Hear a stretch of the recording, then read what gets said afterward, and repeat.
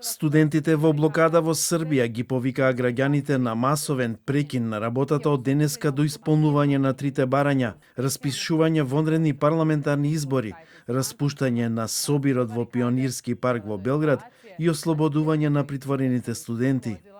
Ги повикуваме сите граѓани да излезат на масовен прекин на работата од вторник, 1 јули, се додека не се исполнат сите три барања.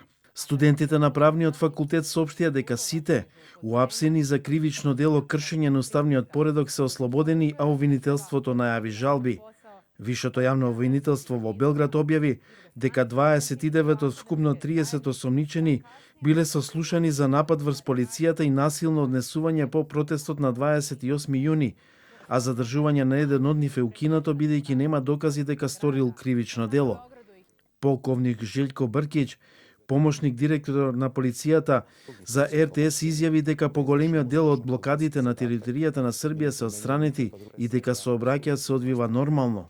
Задржали смо 6 лица. 6 лица се приведени, 4 според законот за прекршоци и 2 според одредбите од законот за кривична постапка.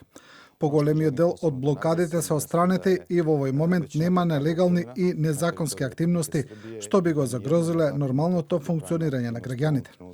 Председателот на Српската напредна странка Милош Вучевиќ изјави дека блокадите во Србија представуваат тероризам, а не граѓанска непослушност, и истакна дека поради блокадите на раскрсниците избори нема да бидат распишани.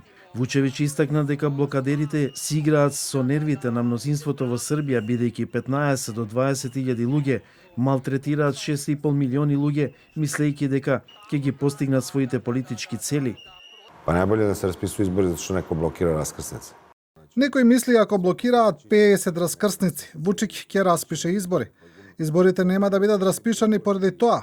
Добро е осмислено, со овие груби, навидум ненасилни действија, тие се мешаат во нормалното функционирање на граѓаните. Уживаат во фактот што никој не може да се движи слободно, што ја малтретираат и исцрпуваат полицијата. Блокадите на улиците во повеќе градови во Србија доаѓаат откако повеќе од 70 студенти и граѓани беа уапсени во изминатите 2 дена по завршувањето на протестот на Видовден.